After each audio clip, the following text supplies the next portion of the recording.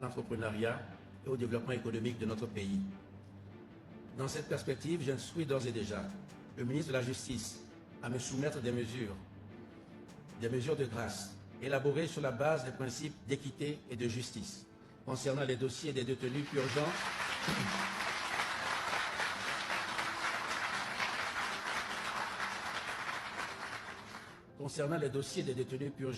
une longue détention, de ceux qui ont commis des délits mineurs ou des détenus âgés en fait de peine ou gravement malades.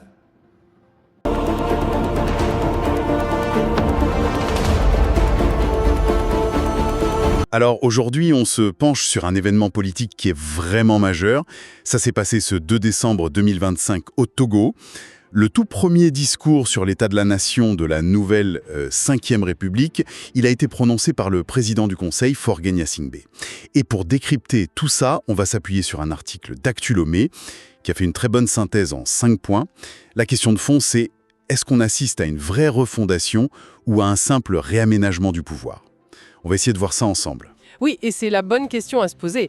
Parce que ce discours, en fait, c'est plus qu'une liste de promesses. C'est un peu l'acte de naissance officielle de ce nouveau système politique. Chaque mot est choisi pour légitimer cette transition. D'accord. Alors, commençons par la base.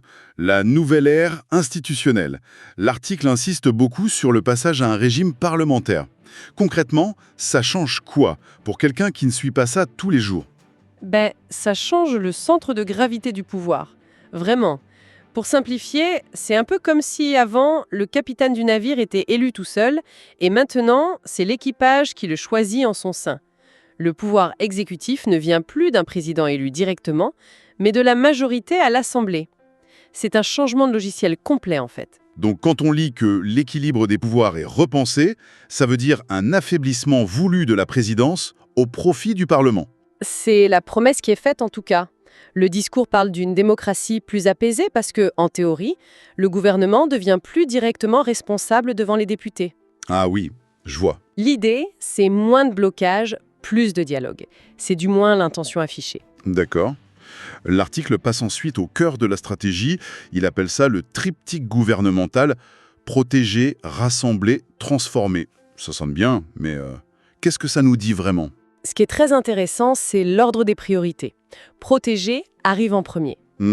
Et ce n'est pas un hasard. Dans un contexte de transition, avec les menaces sécuritaires dans la région, surtout au nord, le gouvernement assoit sa légitimité en montrant qu'il peut garantir l'ordre, avant même de parler d'économie ou de social. C'est une stratégie de consolidation du pouvoir, en quelque sorte. Tout à fait. C'est assez classique. Et cette approche de la sécurité, qui mélange, d'après l'article, le militaire et le social, ça demande forcément une administration plus efficace.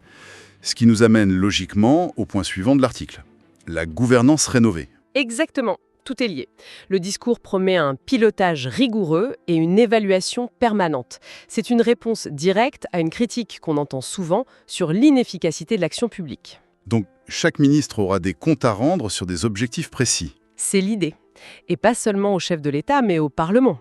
C'est là que le changement est censé se voir. C'est une promesse qu'on entend souvent en politique.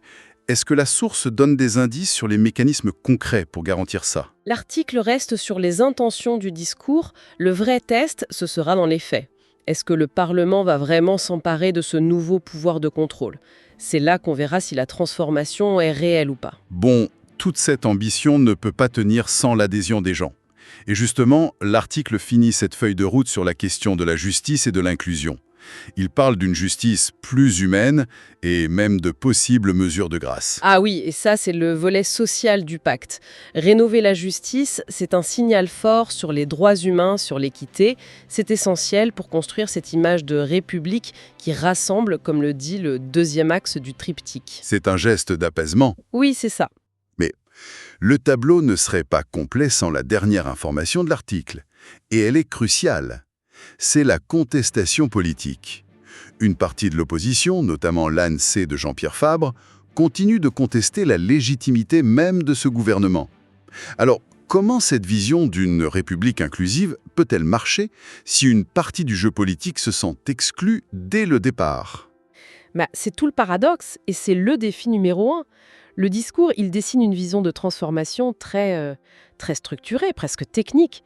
Mais la politique, c'est aussi gérer les désaccords. Le succès de cette Ve République, il ne dépendra pas que de sa feuille de route, mais de sa capacité à gérer cette opposition. Donc pour résumer, on a d'un côté une architecture institutionnelle et un projet de modernisation très ambitieux, Oui. et de l'autre, une fracture politique qui pourrait tout faire dérailler. Absolument. Et la source nous laisse d'ailleurs sur cette interrogation. Ça soulève une question de fond pour la suite. Est-ce que cette nouvelle architecture de la Ve République, est-ce qu'elle est conçue pour intégrer la contestation, le débat contradictoire, ou est-ce que la confrontation politique est inévitable pour définir son avenir ?